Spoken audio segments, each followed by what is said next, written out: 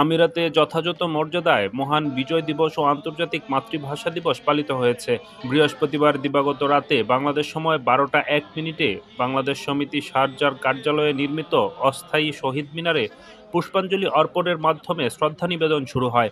এ সময় শ্রদ্ধা নিবেদন করে বাংলাদেশ সমিতি Sharjah, UAE BNP, Bangladesh press club UAE, বিএনপির প্রাদেশিক কমিটি, যুবদল, স্বেচ্ছাসেবক দল সহ বিভিন্ন সামাজিক সাংস্কৃতিক সংগঠন সহ প্রবাসীরা। বাংলাদেশ কনসুলেটের কনসাল জেনারেল মুহাম্মদ রাশেদুজ্জামানের নেতৃত্বে অস্থায়ীভাবে নির্মিত শহীদ মিনারে পুষ্পাঞ্জলি অর্পণ করেন কনসুলেটের কর্মকর্তারা। এ সময় ভাষা শহীদদের প্রতি আরও শ্রদ্ধা নিবেদন করেন আমিরাতের বিভিন্ন সামাজিক, রাজনৈতিক, ব্যবসায়িক, সাংবাদিক ও পেশাজীবী সংগঠনের নেতৃবৃন্দ। শুক্রবার সকালে বাংলাদেশ কনসুলেট দুবাই জাতীয় পতাকা অর্ধনির্মিত রাখার মাধ্যমে দিনটির সূচনা হয়।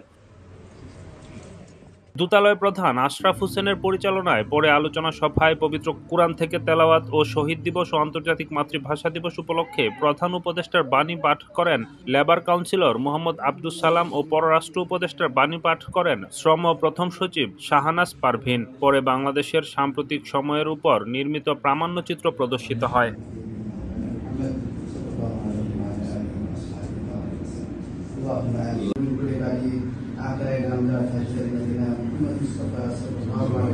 খাস করে যে মাকসাদ হিসাবে রেখে আজকে